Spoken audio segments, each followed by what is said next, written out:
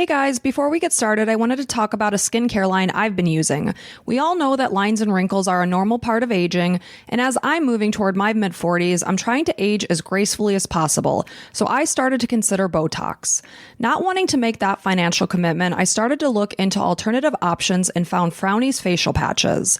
I've been personally using Frowny's facial patches, their apple serum and under-eye gels for about a year.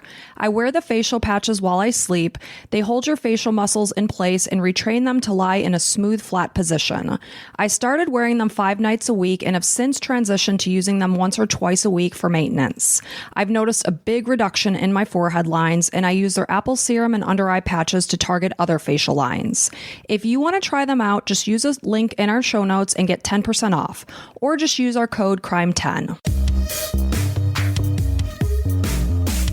Hello, everybody. Welcome to another episode of the Crime and Coffee Couple. My name's Allison. And my name's Mike. We are a weekly... Oh, did you want to say something? I was just going to say hi, Mike. Yeah, I don't usually cut you off there, but I saw that you were so excited to say it. And hello. Thank you for saying so. Hi, Mike. We are a weekly true crime podcast. A husband and wife, been married for 20 plus years. And we come at you every Sunday around 9 a.m.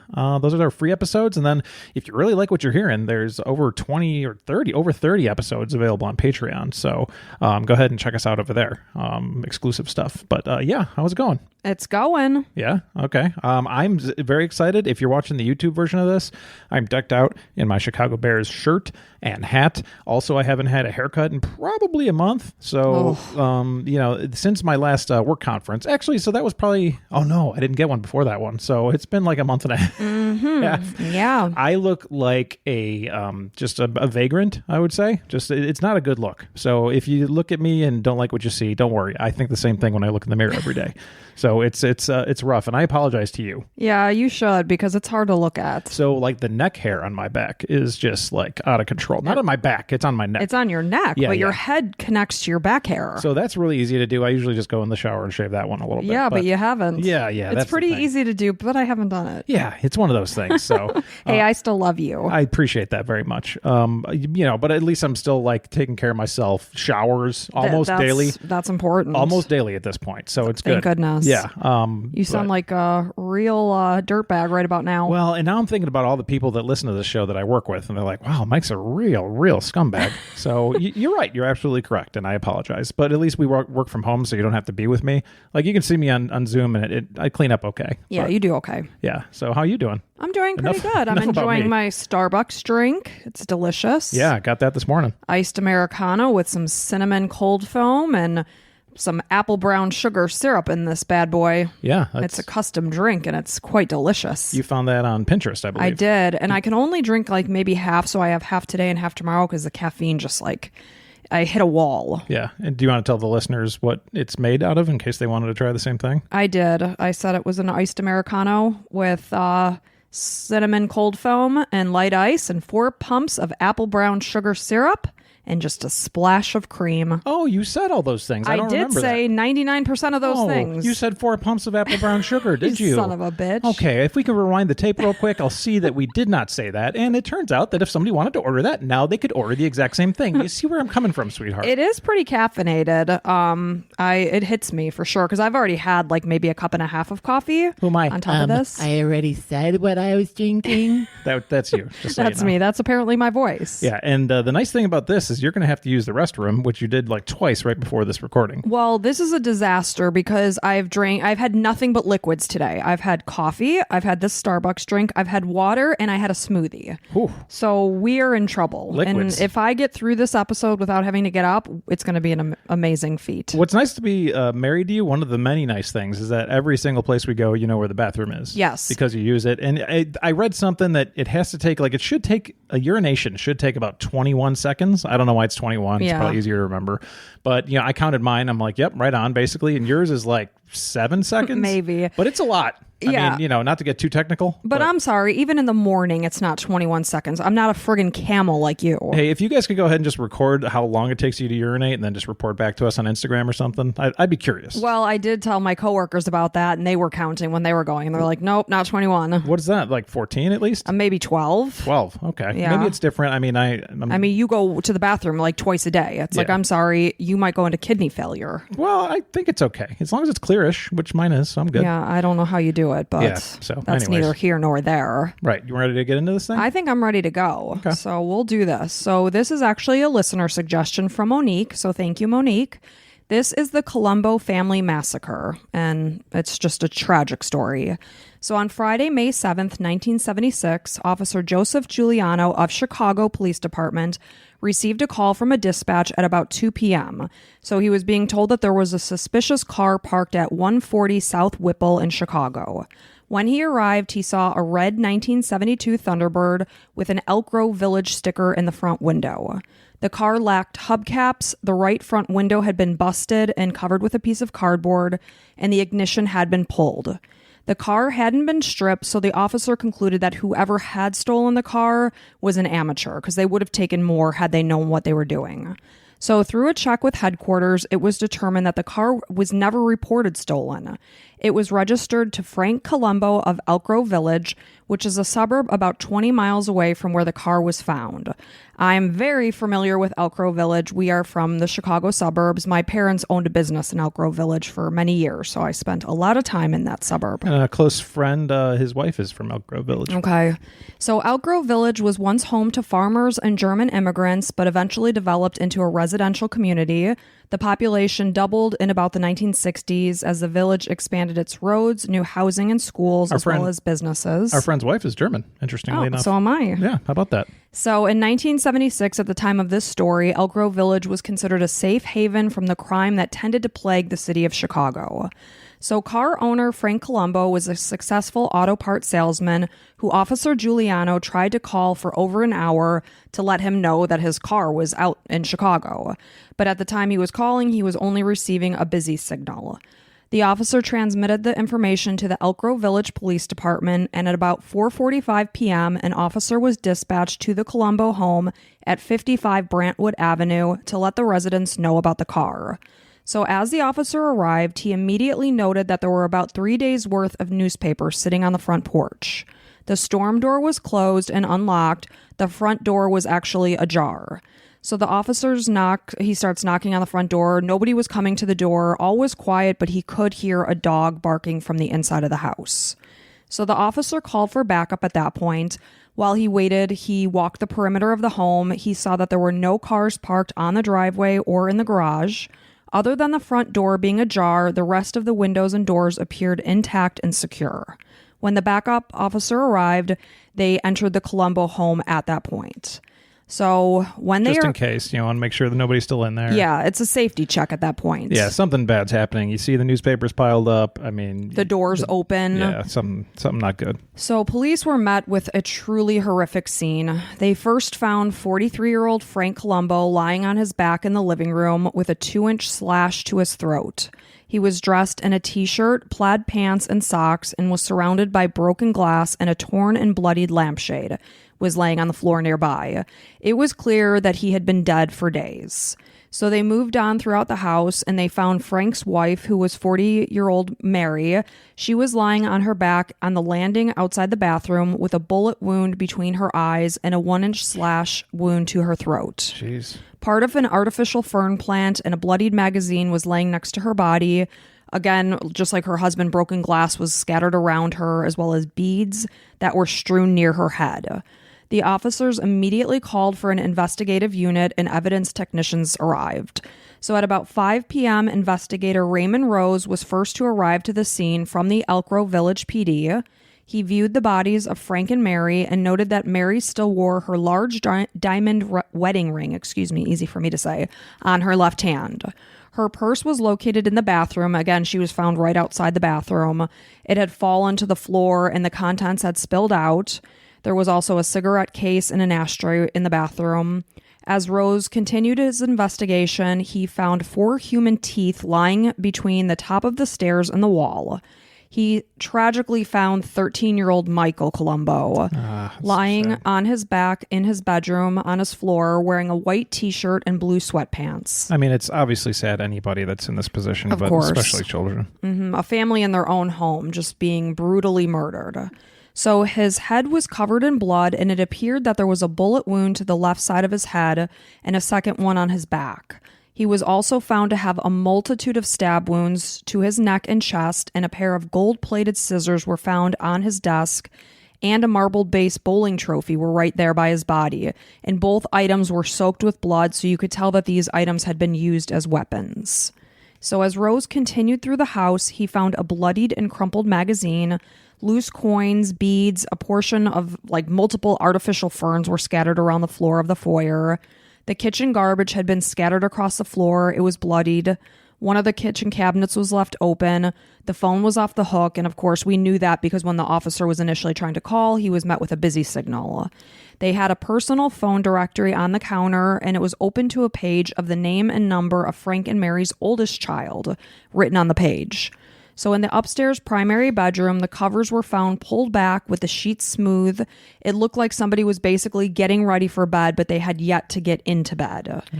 And I believe that Mary was found outside the bathroom and she was wearing her bathrobe. So it was likely that they were getting ready for bed when this happened. And quite a struggle, obviously, too. Mm-hmm. So the room itself, this primary bedroom, was tidy. It was orderly. It did not appear to have been ransacked. A bedside alarm clock was buzzing. It had been set for 9 a.m.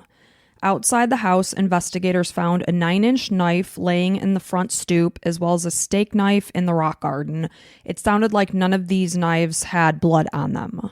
So it was clear to see that valuables within the home had been left untouched. In addition to the diamond ring that Mary wore, they also found multiple portable color TV sets. And this, again, is 1976. Yeah.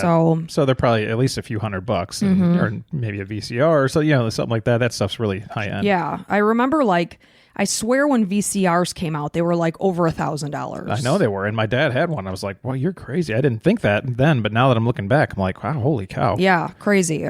So they also found a CB radio, an 8-track recorder, stereo equipment, cameras, projectors, a .40 caliber shotgun, and 2 air rifles. So basically lots of valuables that were not taken. Yes. So there was also a safe that was there. It had not been touched. You could tell nobody tried to pry it open.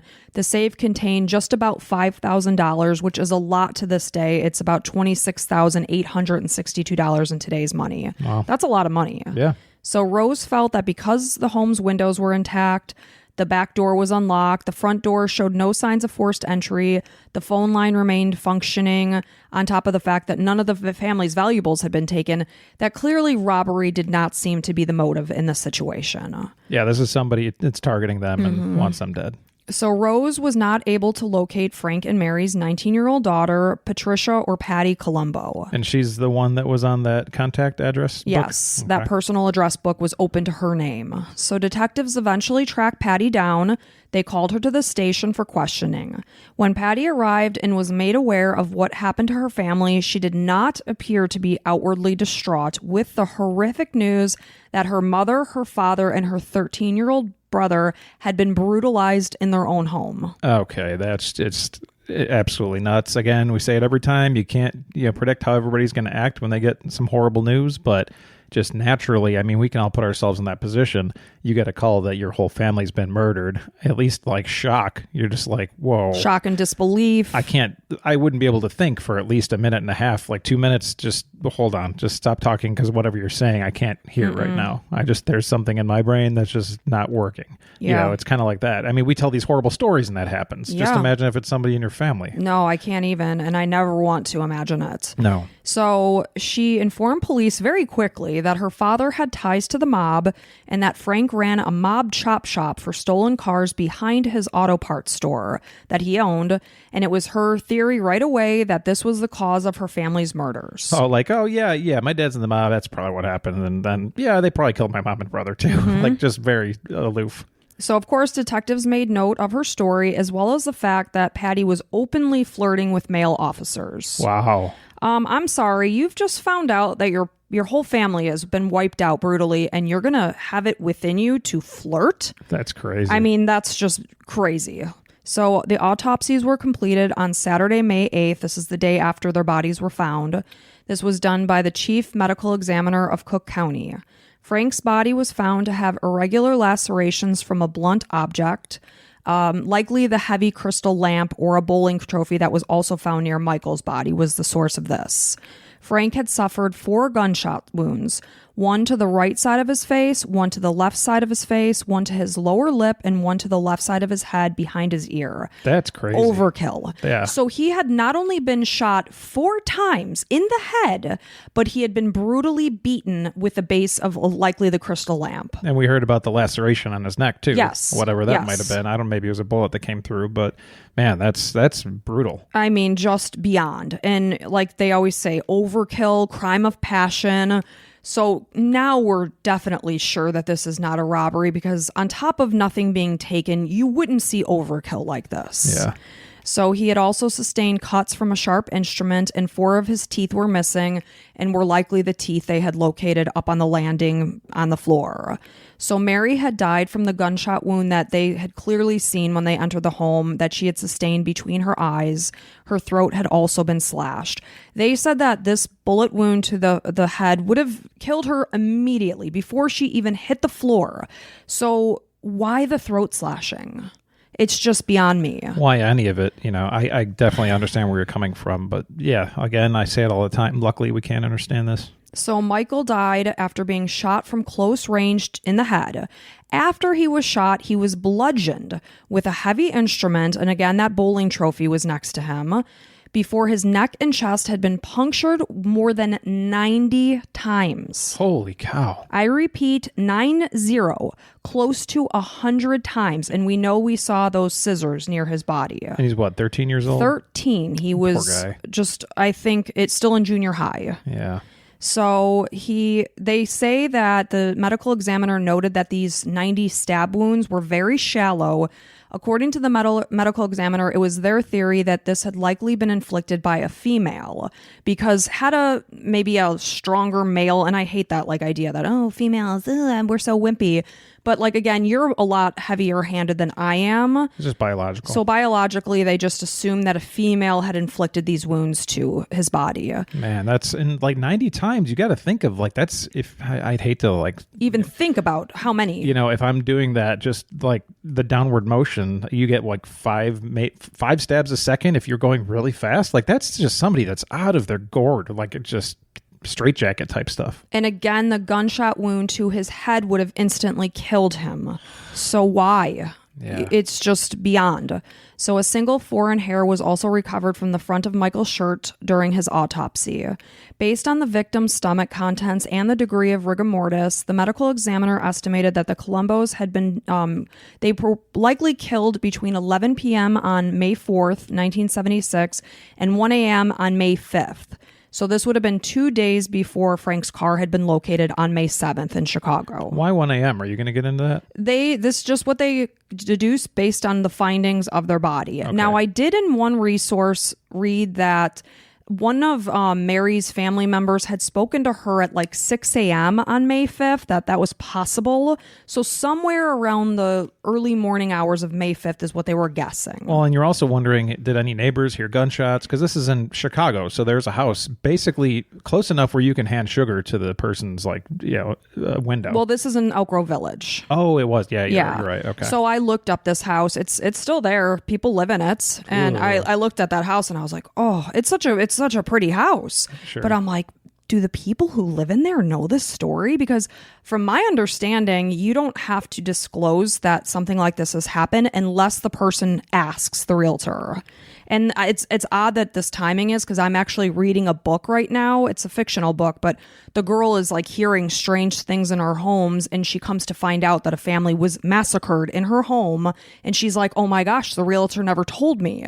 And she's like, well, I guess because I didn't ask. Right. So, well, and I'm back to the story. I was wondering, so you said the stab wounds were probably done by a female. So obviously you think of Patty right away, right? So I don't know how she was able to kill all 3 members of her family, come up to her dad and probably just shot him quickly, right away. Yep. And then the mom, it's your own daughter. So she's probably like, what are you doing? Or whatever, maybe. Well, Okay, so picture this. You're getting ready for bed. It sounds like Mary was in her bathroom because her things were in there. Her cigarettes were in there. Her purse was in there. She had a robe on. You could tell she turned her bed down. So you're up in your bathroom getting ready for bed. All of a sudden, you hear this loud sound that's not expected in your house. You're wondering, what the hell is it? And you know how you stand and think, did I hear what I just heard? You think an electrical outage or something, or, is Frank okay? Oh, you down there? Is everything okay? Then maybe they charged up the stairs, and before Mary could even react, she got shot right in between the eyes. Yeah. Ugh. So just absolutely horrible. So anyway, back to this house that I looked at, you could tell the neighbors, it was like a normal distance in a suburban neighborhood. But from my understanding, nobody heard a single thing. And there was multiple gunshots, right? Oh, yeah, because Frank himself was shot 4 times. And then Michael was shot twice and Mary was shot once. Okay. So 7 times? Yeah. Yeah. At least. At least. Because that's just the ones that hit. Right. So, in the meantime, the evidence technician for the Elk Grove Village PD was inspecting Frank's Thunderbird. They pried open the trunk. They noted smudges on the trunk that were visible from 5 feet away. Initially, they weren't sure, was it grease or was it blood, because we do know that Frank owns an auto parts store. The smudges had unfortunately been contaminated. They were unable to be compared.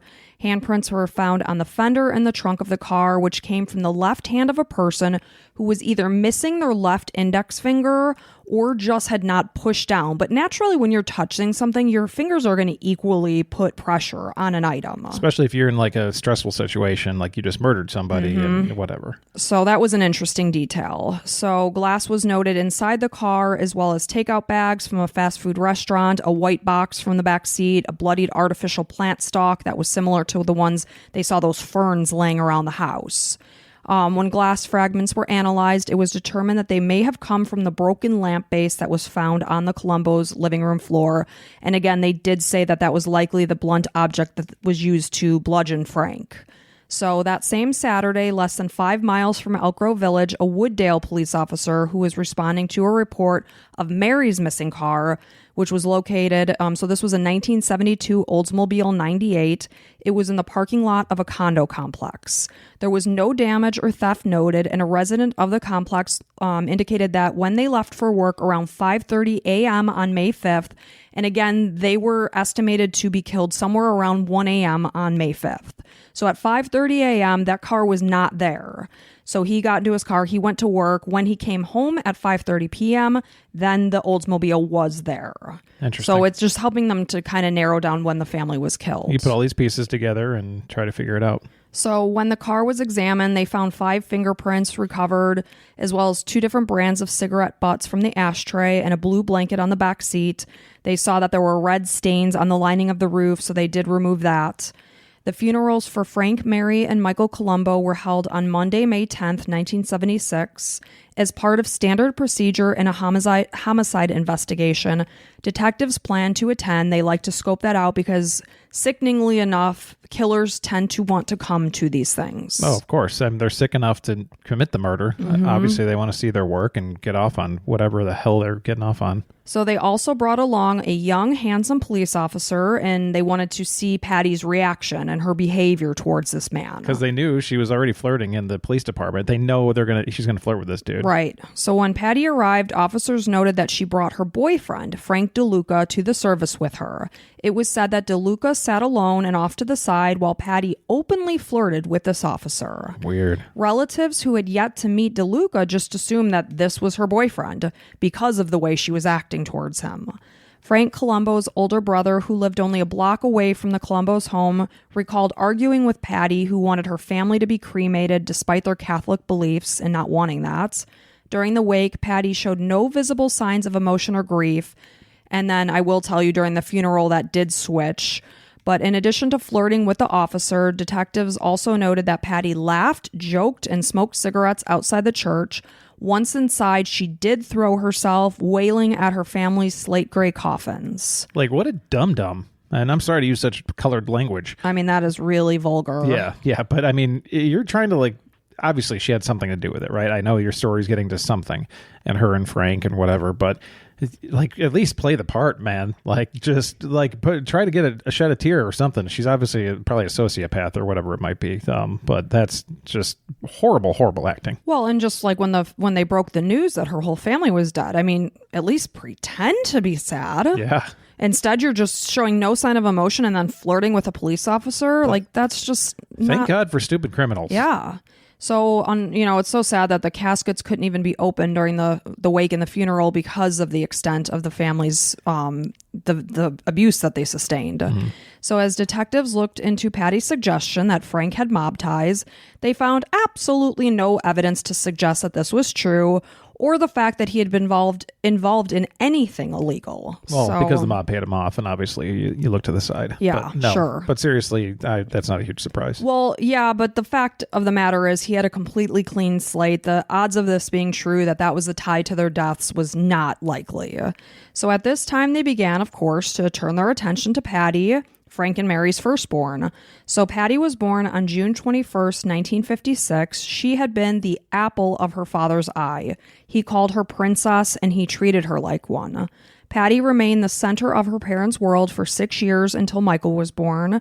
And then, of course, just like any second-born child, you have to start to share the attention. Family and friends would later say that Patty had always been caring and maternal toward Michael, although others did describe her as resentful and jealous of the fact that she did have to share her father's attention with her brother. And who knows if that's coming from knowing what happened and being like, yeah, she was kind of a witch. Right. So as Patty reached adolescence, she grew into a beautiful young girl who attracted the attention of boys and men. She was known to be wild and uninhibited. Was she pretty? She was pretty, yeah. Okay. As well as headstrong in personality. She dropped out of high school when she was only 16. She had also stolen the credit cards of 2 fellow employees at Walgreens where she worked at the cosmetic counter. She racked up thousands of dollars in charges on these people's credit cards. Wow. Entitled. So her father made restitution to pay off the amount, but in July of 1974, she was convicted of deceptive practices. She was sentenced to 2 years probation. She was actually still on this probation at the time that her family was murdered. So during this time, she was dating Frank DeLuca, who was a Purdue University graduate with a pharmacy degree who had been working at Walgreens since either 1961 or 1962. By the time he met Patty in 1972, he had been promoted to the store manager. At this time, he was 36 years old. He was married. He was the father of 5 children and had a very known reputation around town to be a swinger. 16-year-old Patty, who's 20 years his junior, Whoa. 16, just Holy learning cow. to drive a car. This guy's 36 years old and has 5 kids and a wife. Jeez. So she was not the first Walgreens employee that he had an affair with, but she may have been the youngest that anyone could recall. It's basically a pedophile. Oh, completely. She's not an adult. She's 16. What a sicko. Mm-hmm. So Patty was very open with DeLuca. She allowed him to have sex with other women as well as photograph and take videos. Now, I also want to clarify the fact that she's a child at this point. So he is a friggin' criminal in my mind. Absolutely. So it's disgusting on his end. So Frank and Mary were unaware of this relationship. And in 1974, Patty informed her parents that she wanted to move out of their home. And apparently she was telling them that she wanted to move into the DeLuca home. I'm not quite sure of the logistics there, and they didn't think that there was anything sexually going on with... Well, no, why would you? It's like, but then why would she want to move into another family's home? Maybe freedom, getting out of under her mom and dad's thumb. Who knows? Yeah, maybe. So regardless, Mary and Frank did not think there was anything creepy going on. They gave their blessing. Despite the fact that Frank DeLuca shared his home with his wife Marilyn and their children, Patty and Frank continued to have sex while Marilyn and the kids were either outside or in a different room. Frank and Mary eventually discovered that their daughter was involved with a much older man who was married with children, so they were immediately against this relationship. Sure. They were very upset and disappointed.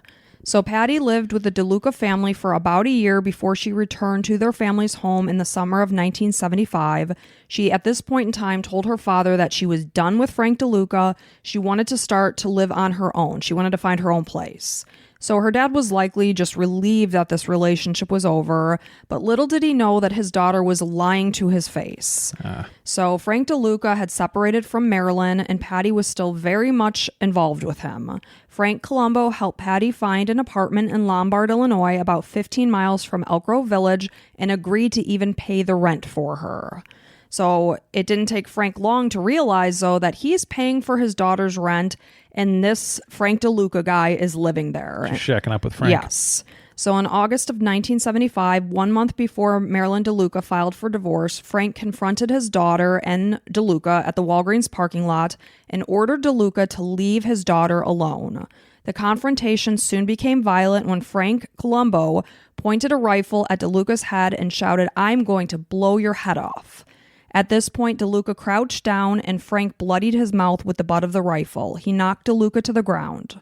When DeLuca attempted to stand up, Frank hit him for a second time with the rifle, this time in his stomach, and DeLuca claimed that Frank threatened, "You're dead, you mother effer." So now, is that overstepping? Maybe a little bit, but I think, any kind of anybody that has a daughter, and if you could put yourself into that situation, some 36-year-old scumbag is trying to move in on your 16-year-old daughter for years now, and basically that he's ruining her life, and he doesn't care. He's just trying to get his jollies. Right. He's just a sexual deviant, basically, and you're like, I don't want to kill you, man, but I'm going to. Like, if that's what it comes down to, I'll go to jail to try to save my daughter from your sickness. And obviously, Patty's involved with this, but she's a 16-year-old, so that's, I can't say that I would do the same, but I can see where he's coming from at the same time. And you have to imagine, Frank Columbo is not that much older than Frank DeLuca. Frank DeLuca is 36 and Frank Columbo is 43. Yeah. And he's after his 16-year-old child of a daughter. They're the same generation, I always just think, like, this girl is, like, just learning to be able to even drive, and this sicko is, preying on her. Basically the age of her dad. Yes, completely. So Patty filed a complaint and Frank was charged with assault and was arrested, but soon Patty did withdraw the complaint. Withdraw the complaint. No big deal. So once Frank was released from jail, he started to make plans to disown his daughter. The Columbos had little to no contact with Patty until the late winter or early spring of 1976, and of course this is like shortly before they were killed. So this is when they began to reconcile as they learned that Patty and DeLuca planned to get married. DeLuca's divorce was set to be finalized at the very end of May. They were planning to get married in early June. I believe the date was like June 5th. So it's like, boom, divorce, boom, married. Is this even legal? I don't know. They probably got to get the signature of Patty's parents. In 1976, I don't know if that was. So according to DeLuca, Mary and Frank accepted their relationship at this point and even planned to give them a washer and a dryer as a wedding present. So who knows, maybe Mary and Frank were just like, well, what are we going to do? Are we going to not have a relationship with our daughter, or at least have a minimal relationship? Yeah, she's going to be there regardless. I still want to talk to her, whatever. Yeah, it's not a good situation. Ugh. So on May 12th, 1976, fingerprints were taken from Patty and DeLuca. It was then that police noted that DeLuca was missing the index finger and tip of his middle finger on his left hand. There you go. So we do know that handprint they saw was missing that print. Oof. So no wounds were noted to either of the couple's hands at this point, but this is days and days after. And I will tell you, there were witnesses that right after the Columbos were killed, Frank DeLuca had cuts all over his hand. Okay. So at this point, they're healed. So on May 14th, detectives spoke with 25-year-old Lanny Mitchell, who was a car salesman that had first met Patty in September of 1975 through one of her friends. Lanny indicated that he offered Patty money to go out with his friend, who was 34-year-old Roman Sabinski, but Patty told him that she was living with her boyfriend, but at the same time, she did need the money. So she told Lanny about her father striking DeLuca in the head with a rifle. In October, Lanny and his friend Roman met up with Patty at the Where Else Lounge. They drank, they danced, and Patty also discussed the animosity between her parents and DeLuca. Here she expressed her desire to have them killed. Lanny told Patty that he would kill them for $10,000 each, or $20,000 total. So while speaking with the police, Lanny assured them that he had absolutely no intention of killing her parents. Bullshit, man. You offered the money, right? I mean, did Lanny was the one telling them this? That I did tell her 10,000. Lanny contacted police or talked with police about this whole situation. He's like, yes, I did tell her I would do it for, killing them both for 20,000. I was trying to just impress Patty so that she would have sex with me. Sure. That's what he's telling police. Well, I mean, he did. We kind of glossed over that he offered Patty money to meet up with them, right? Yeah. That was kind of weird. That's weird, right? Hey, how about $20 to hang out with me and my friend? It's like, well, at that point, you're a prostitute, Patty. Okay. I know. You call it what you will, but So Lanny told police that Patty called him multiple times during October of 1975, asking him, "When are you going to kill my parents?" So he stalled by asking her for information about their schedules, their whereabouts and activities. Patty gave him a floor plan drawing of the family's home and told them about their safe, their CB radio, furs, diamonds. What a nut job, man. And also, this is a tremendous opportunity for Lanny to get $5,000 up front and then just kind of skip town. Yeah, like, see you later, Patty. Right, Bye-bye. right. Like beep, beep. 10,000 each, 20 grand total. So give me 10,000 now and then the rest afterwards and just leave or whatever. So as November arrived, Patty demanded to know when Lanny planned to kill her parents and said she wanted it done sometime around Christmas. Roman Sabinski spoke with Lanny and was told about their agreement and demanded upfront payment to continue with the plan. Boom. So Patty said she would not pay him until after they were killed, but she would have sex with both of them in exchange for a prepayment. And they both agreed. I guess depends how hard up you are, and it sounds like they were. So afterwards, Patty gave Lanny photos of her family and a rundown of their schedules. Oh, and just to be clear, having sex with people for murder is also prostitution. So in case you're wondering at home. So in early December, Patty and Lanny went to the Columbo house since Patty wanted him to case the house so that he was ready for the actual job. So as they arrived, unexpectedly, it seems like, Mary answered the door. Lanny panicked and he left and drove down the street and waited for Patty. When she met back up with him, Patty said, "Oh, we had argued about DeLuca. She wanted them killed that very night." She's like, "Well, I was in there speaking with my mom. I left the patio door unlocked so you can go back in tonight and do it." So January of 1976 came around and a hit had yet to be complete. So Patty informed the men that her brother Michael was also going to have to be murdered. Jesus H. So initially, she only wanted her parents killed.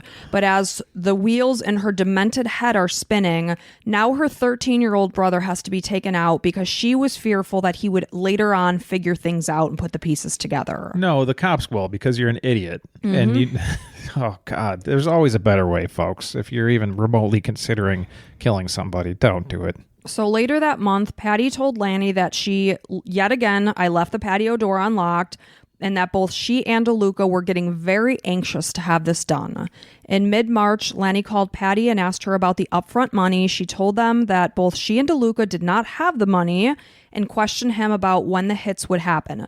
So it sounds like, because they don't have money, it sounds to me that she was assuming she was going to get this windfall of money from her parents and her family's death, and then she would pay them. That's my understanding.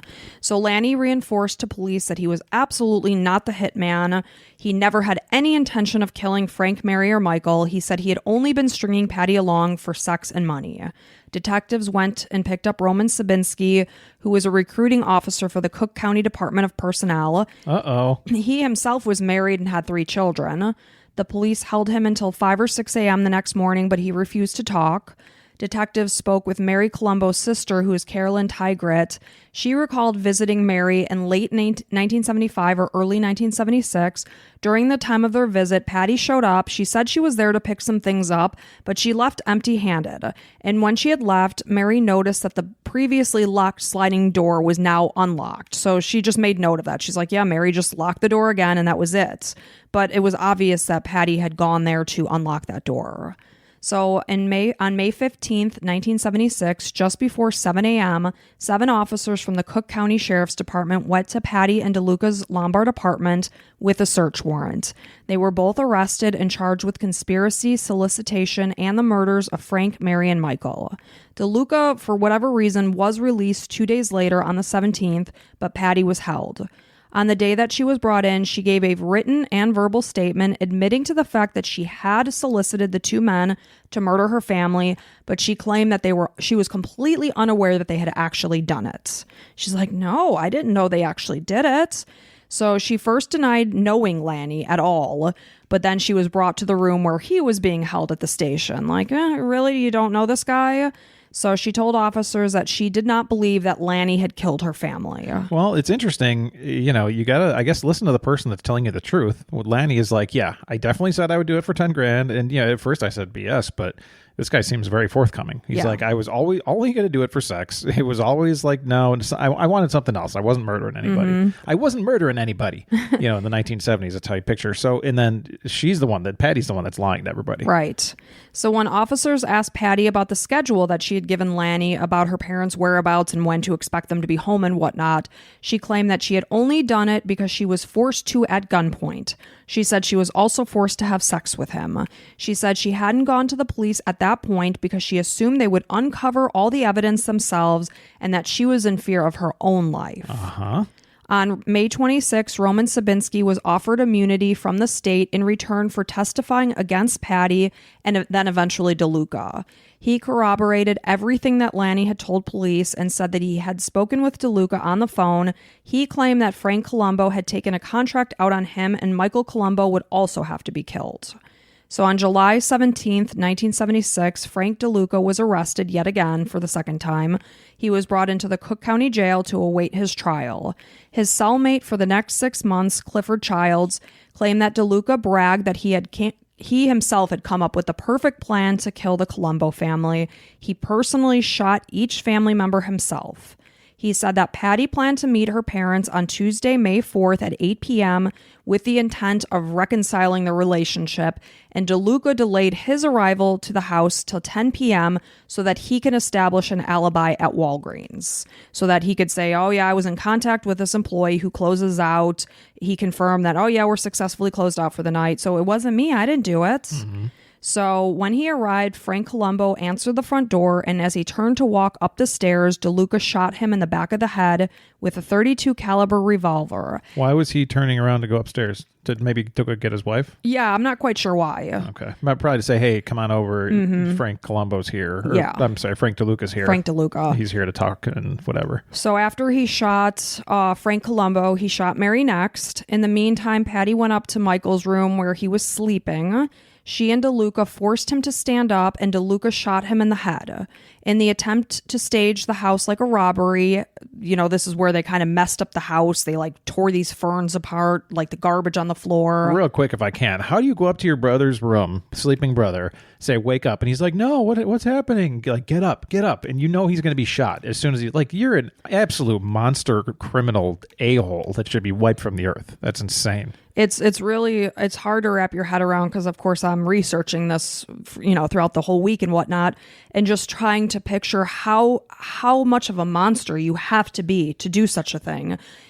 I mean, to do it to your own parents is beyond, but to your 13-year-old brother who's in middle school, an innocent kid, man. Exactly. He was an innocent kid. He had nothing to do with anything. So they did take a few things. They took $150 in cash, some jewelry, and a few household appliances that they then placed into Frank's Thunderbird. They drove the car to the spot that it was ultimately found, and they left expecting that the car would be broken into, as they often do tend to be in Chicago. People are stripping these cars. So they wanted the police who found the car to think, oh, this is all tied together. Whoever, robbed this car killed the family. Yeah. So DeLuca explained to Clifford Childs that he had been at the Columbo home for no more than 25 minutes during this whole massacre, and that he had worn gloves. He said he went as far as to stuff the index finger of the glove where his finger was missing. But obviously, putting stuffing in there isn't going to be enough pressure to leave a mark. Smart of him, I guess. Well, at least he tried. Yeah. Not that I give a shit. No, that we're commending this asshole. Yeah. So Childs would later testify in September of 1976 that DeLuca told him that there were also two witnesses that were employed at Walgreens that he needed to have killed. He asked, because Childs was there for armed robbery in prison and he was going to be getting out soon. So he asked if Childs could arrange a hit, and he agreed if DeLuca paid bail money, which would cost more than it. So anyway, he's basically giving the same price tag as Lanny, $10,000 a hit for each person, $20,000 total. So he gave a detailed description of these witnesses, and the reason why he wanted these people offed was because they were witnesses. He told them things. Yeah. All about what he had done. Maybe just don't tell people stuff, and then you don't have to kill so many people. So one of the women that was at Walgreens had an affair with him in the past before he had met Patty. He had also given a description of their schedules, directions to their homes. DeLuca's ex-wife, Marilyn, was the one that was to bail Childs out. So he was obviously, very much in touch with Marilyn. So he would then abduct and kill both witnesses. He would bury their bodies in Indiana. So on November 25th, 1976, Marilyn sent 2 money orders totaling just over $3,400 to Childs and another $830. On February 24th, 1977, Marilyn picked Childs up. She drove him to her home, where she paid him another $1,300 in cash, plus the use of DeLuca's car. At this point in time, Marilyn herself was not doing well financially. But, it sounds like she was just under her ex-husband's control, and she was doing what he wanted and was told that she would be compensated back again. I don't know that she had any information about her ex wanting to off these 2 Walgreens employees. So just like Lanny and Robin Sabinski, Clifford Childs said that he never had any intention of offing these 2 Walgreens employees. He said, "I was just using DeLuca for financial benefits." So just over a year after her family had been murdered, Patty and Frank DeLuca went to trial and chose trial by jury. The trial included testimonies from Lanny Mitchell, Roman Sabinski, Clifford Childs, as well as these 2 Walgreens employees that he had clearly told them what he was doing and what he did do. So Joy Hasek is the person that was in the previous relationship with DeLuca from Walgreens. This was one of the people he was going to off. She said that she had met him through work and testified that DeLuca spoke of his plans to have the family killed between November of 1975 and April of 1976, and told her that, that when the hit actually happened.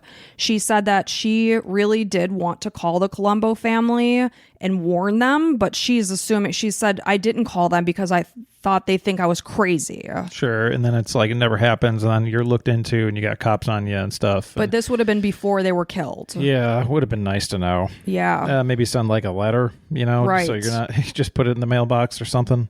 So according to this witness, she had said that it was Frank's intention to kill them so that they would get all their money. He would finally have the money to pay off his ex-wife's mortgage, and then they could sail around the world. She considered, again, calling the people. Okay, so now an assistant manager from Walgreens. This is the other person he wanted to off. This is Hubert Green. He testified that DeLuca had openly discussed having the Columbo family murdered. He is one that he saw him come in. He had said he did it. His cuts were all over his hands. And he had told him, "I actually did it. I murdered them." Green said he hadn't gone to the police since he was fearful for his own family's safety. So after a few hours of deliberation, the jury came back with a guilty verdict on all charges. Judge Eugene Pincham sentenced both Patty and DeLuca to 200 to 300 years on each of the 3 murder counts. That's awesome. Patty was given an additional 20 to 50 years on the solicitation to commit murder, while DeLuca was given an additional 10 to 50 years. These were to run concurrently with their sentence. This is on top of the 200 to 300 years? Yes, but it's going to run together. Okay. So a month after his conviction, DeLuca moved for a new trial on July 24th, 1977. Patty filed a motion for a new trial August 8th, 1977. Both of these motions were denied. How are they allowed to have these motions and these appeals and all this stuff? It's just like, we've got you. You clearly killed these people. Let's stop pussyfooting around over here. You're staying in jail for a long time. Like, it's mind-boggling. I get it for the people that might not be guilty. You want to give them another shot in case new evidence shows up, but they're just trying to get off on some little thing. You know, the mishandling of evidence. Now I don't have to go to jail. Well, there was brought up about, when they first entered my apartment, they didn't have a warrant at that time. Like you said, they're trying to find a loophole. Yeah, and I get it. It's so hard to be a police officer and do your job correctly. So they again in 1983 they tried to file another appeal, again denied. In October of 1977, Frank DeLuca was sent to the Dixon Correctional Center to serve out his sentence. And after 1986, he had no disciplinary infractions or tickets, so he was, a model prisoner. Oh, good. Good for him. Yeah. He's such a good guy. What a great guy. Great guy. So under Illinois law, both he and Patty became eligible for parole after serving only 12 years. How in the hell does that happen? How, it's so useless to have a 300-year penalty when you're going to let him out possibly in 12. I mean, I guess they have to appeal, right? Or put out they come to before the parole board, yes. Yeah. And I guess from what I read, it was every 1 to 5 years after that point, they would be up for parole. Because I remember some big serial killers doing parole stuff. And it's are you kidding? No. Right. Get back in your jail. So in a parole hearing in May of 2014, DeLuca told the Illinois Prisoner Review Board that he had no expectation of being paroled and what he and Patty did was horrendous and that they should never leave prison. So he himself is saying this. Oh, that's good. The court noted his poor health. He had hip and prostate issues. He walked with a cane. Good. I hope his hip and prostate are rotting. Right. From the inside. So his parole was denied due to the heinous. Heinous? Penis. Whoa, something on your mind. Heinous, thank you. Due to the heinous nature of the crime, and the parole for DeLuca would be, it would basically, if he was allowed out, it would depreciate the seriousness of the offense and promote disrespect for the law. So Frank DeLuca passed away in prison on Wednesday, January 4th of this year, 2023. Good riddance. So he was about 86 years old when he died. He looked like the Crypt Keeper. And hopefully he died, went straight to hell. Wow. Right away. Well, he would have been on the fast track. Yep. The express train to hell. What about this piece of shit Patty? So he and Patty, once they were sentenced in 1977, they never ever had any interactions because they were sent to 2 different prisons.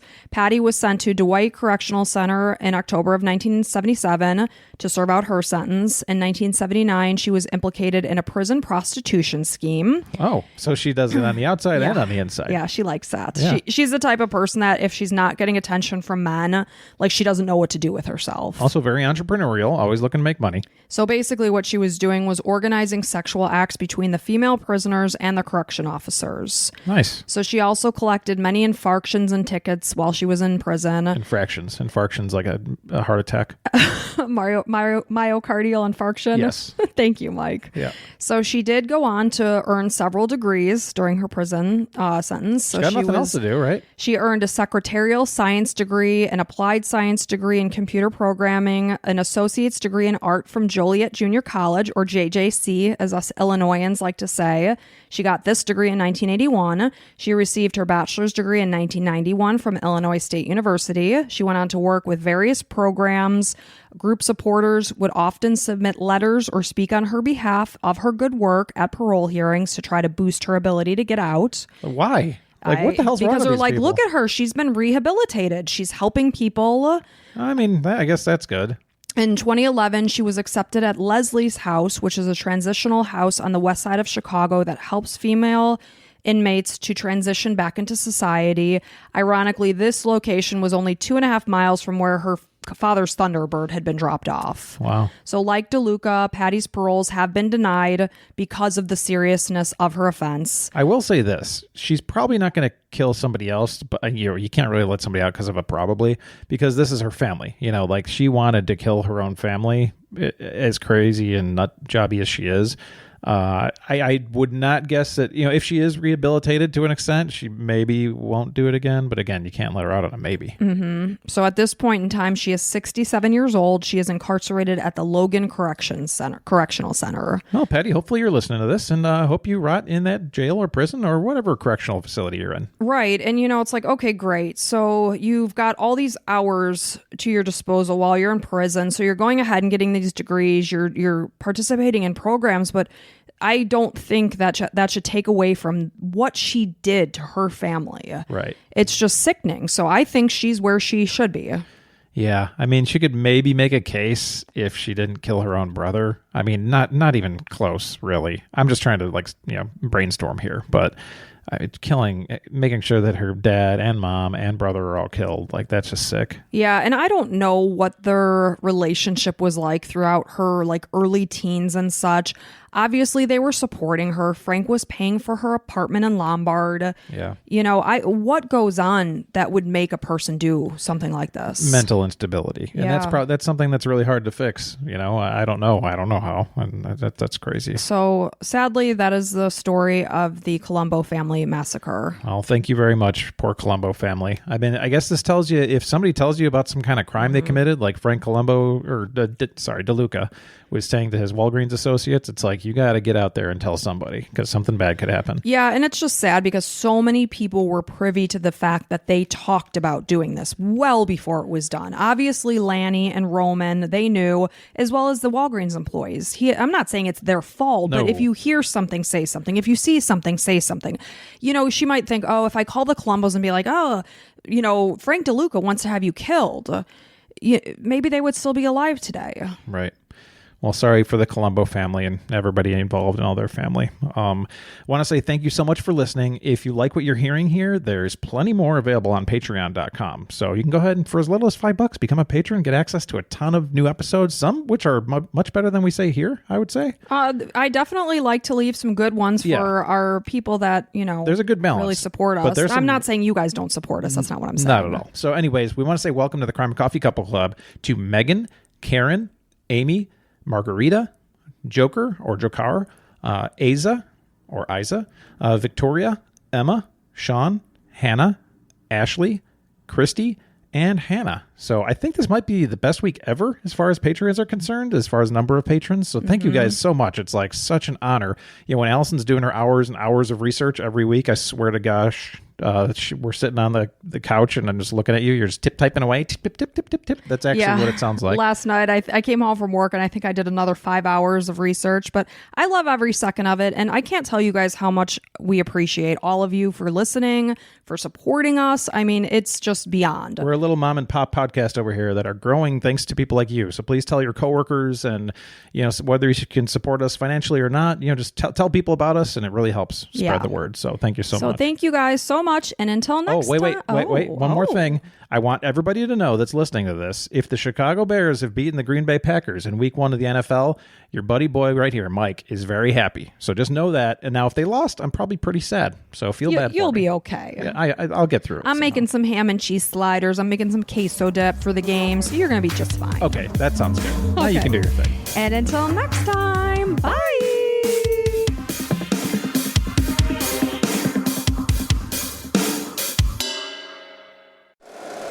If you like the show, please take a moment to rate, review, and subscribe. It really does help the show to grow. Thank you for listening.